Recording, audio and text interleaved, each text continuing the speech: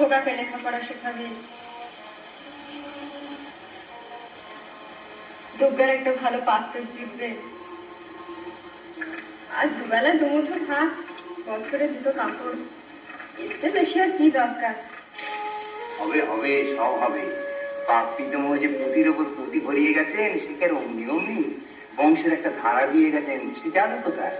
তুমি 2 বছর অপেক্ষা করো না, চেনা চেনা কোনো শোধ করিনি, খদ্দগুলো একটু মেরামত করে গুছিয়ে বসি, তখন আর তোমার নিত্য নিত্য পুঁই শাকটা চুল রাখতে হবে না। কি বলো? হ্যাঁ